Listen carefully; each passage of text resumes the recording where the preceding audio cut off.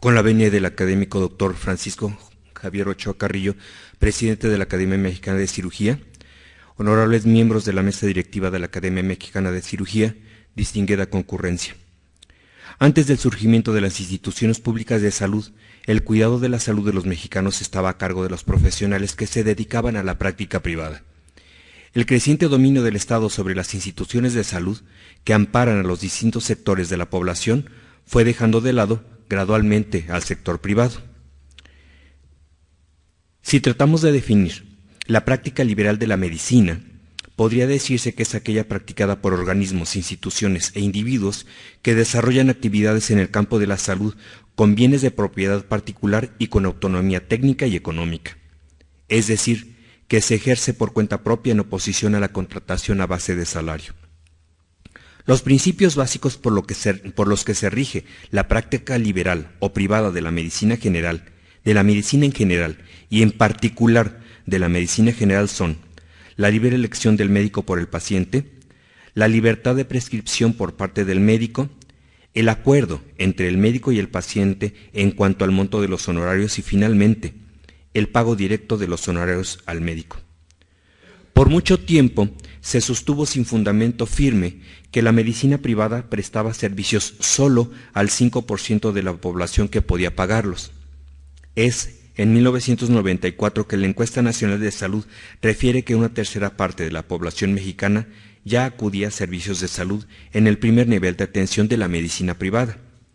A su vez, la Encuesta Nacional de Salud del año 2000 señaló que la medicina privada había atendido al 27% de la población mexicana, y llama la atención al referir que de ese total, 35% era derechohabiente de alguna institución, lo que permitió afirmar que la población utiliza los servicios privados sin importar su permanencia a alguna institución.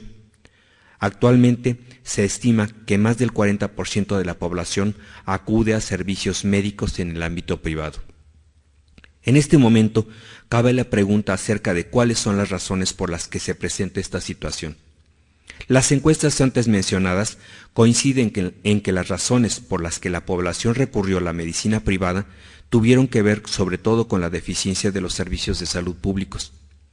El paciente percibe que la atención no es adecuada debido al prolongado tiempo de espera y lo reducido del tiempo de consulta.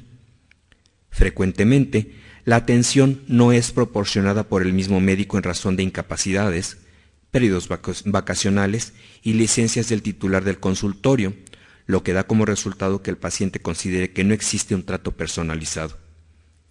La disponibilidad de los medicamentos que forman el cuadro básico no siempre es adecuada, y el paciente les atribuye menor efectividad con relación a los de patente y no percibe mejoría de su enfermedad, lo que lleva a manifestar desacuerdo con el diagnóstico y el tratamiento.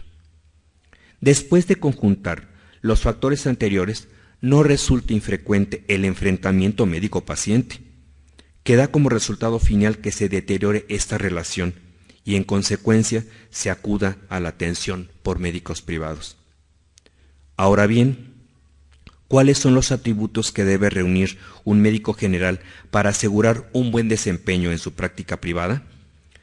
Para la caracterización de la práctica liberal de la medicina general se debe tener necesaria y primordialmente en cuenta la noción de la autonomía en tres planos interrelacionados. Primero, el económico, que permite la instalación del consultorio que constituirá el principal centro de actividad. Segundo, la propiedad de los instrumentos de trabajo, en lo que se incluye el posible alquiler de equipos, sobre todo cuando la actividad implica utilización de recursos hospitalarios. Y tercero, una clientela propia, canalizada por medio de procesos informales, con las que se establecen directamente las condiciones de tratamiento y remuneración del trabajo. La disponibilidad de la atención debe ser continua, para lo que es conveniente establecer relaciones con unidades que puedan otorgarla las 24 horas, con conocimiento y anuencia del médico de cabecera en relación a quien otorga la atención y el tratamiento que éste instituye. La confiabilidad, que resulta de un proceso complejo en el que la recomendación por terceros, la honestidad y la capacidad resolutiva del médico tienen un papel muy importante, entendiendo que la resolución de los problemas de salud no implica necesariamente curación. Con los elementos anteriores, el resultado a largo plazo es un sentimiento de mutua pertenencia que se manifiesta por el médico con un «es mi paciente» y por parte del paciente por un «es mi médico». Un punto toral es determinar el valor monetario de la atención que otorga el médico. Al parecer, no existe una asignatura que en el pregrado tenga como objetivo determinar cuánto se cobra por consulta. De forma muy general podemos decir que los honorarios pueden determinarse por aspectos cargados de mucha subjetividad, como la calificación otorgada al médico por la sociedad.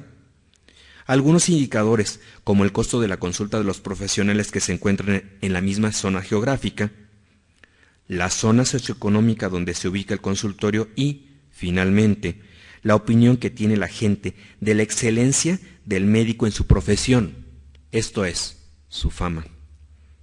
Al final, el pago de honorarios al médico es el resultado de un acuerdo tácito e intersubjetivo que se basa en un juicio de valor, la confianza. La práctica privada de la medicina general es una opción viable para que el profesional viva bien y con decoro de la medicina. Sin embargo, si se preguntara a los estudiantes de medicina hacia el final de su formación, ¿quiénes desean ser médicos generales?, la respuesta sería afirmativa en una proporción que va del 2 al 5%. Por otro lado, se debe observar que la convergencia del desarrollo tecnológico y las demandas de algunos sectores de la sociedad han establecido patrones de alta incorporación tecnológica aún en los procedimientos médicos más sencillos. Esto genera requerimientos de mayor capacitación, disponibilidad tecnológica y mayor costo en los procedimientos, ajustándose al supuesto de que el especialista o el subespecialista que trabajan en instituciones con múltiples y complejas tecnologías auxiliares es hoy el modelo que tienden a imitar y reproducir las nuevas generaciones de estudiantes de medicina, con lo que se ha incrementado la presión profesional hacia la necesidad de especializarse, con el consiguiente deterioro de la valoración y reconocimiento social al médico general. Luego entonces, si cada vez se egresan más médicos de las escuelas de medicina y no existen suficientes plazas para estudiar una especialidad, ¿cuáles son o cuáles pueden ser las vías para incentivar la práctica liberal de la medicina general? Es aquí donde resulta relevante hacer algunas propuestas. Primero, formar médicos generales. En las universidades resulta necesario agregar a la plantilla docentes que sean médicos generales y favorecer que los ciclos clínicos se realicen primordialmente en unidades de primer nivel. La formación hospitalaria debe considerarse necesaria y complementaria, pero no única. El estudiante de medicina debe tener claro que la ética y la técnica van de la mano, donde la primera siempre debe de guiar a la segunda. La formación médica no debe definirse como la aplicación de tecnología a la práctica clínica, sino como la investigación sistemática a través del método clínico para la adopción crítica y generación de conocimientos para resolver problemas de salud. Asimismo, resulta necesario implementar contenidos que fortalezcan la relación médico-paciente, pues la observación y el razonamiento clínicos se han degradado, y la información se usa como una guía para determinar qué exámenes solicitar. El razonamiento clínico ha quedado reducido a una selección de pruebas, lo que ha dado como resultado que la relación médico-paciente se haya desdibujado y que el médico quede bajo el poder sublime del laboratorio. Segundo, incluir en las currícula universitarias asignaturas con contenido técnico gerencial, pues el médico privado es un empresario. Tercero, establecer la certificación en medicina general y su revalidación periódica como un requisito de ley para ejercer la medicina general.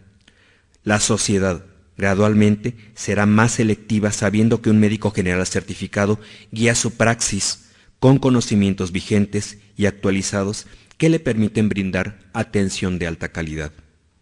Cuarto, como en algunos países pudiera caber la posibilidad que todo aquel médico que aspire a ser especialista se desempeñe por un tiempo como médico general y posteriormente se someta al proceso de selección para estudiar una residencia médica. Quinto, fortalecer el primer nivel de atención. Esto requiere de conocimiento de la realidad nacional y del estado de salud de los mexicanos, pero ante todo, de una dosis muy alta de voluntad política, que dé como resultado la creación de unidades atendidas por médicos generales certificados, donde los recursos tecnológicos sean los mínimos necesarios para brindar atención en condiciones de excelencia. Los grandes centros hospitalarios son necesarios y hacen evidente el poder y el prestigio político, pero no resuelven las causas más frecuentes de enfermedad en la población. El médico general no es un médico incompleto por no haber accedido a una especialidad. Si se toma en cuenta que debe ser capaz de atender el 85% de la patología más frecuente en la población, es posible decir que el médico general es especialista en tratar aquello que es más frecuente. Finalmente, y a título personal debo decir que el ingrediente básico para tener éxito en la práctica privada de la medicina general es desempeñarla por convicción y no por resignación. Gracias a todos.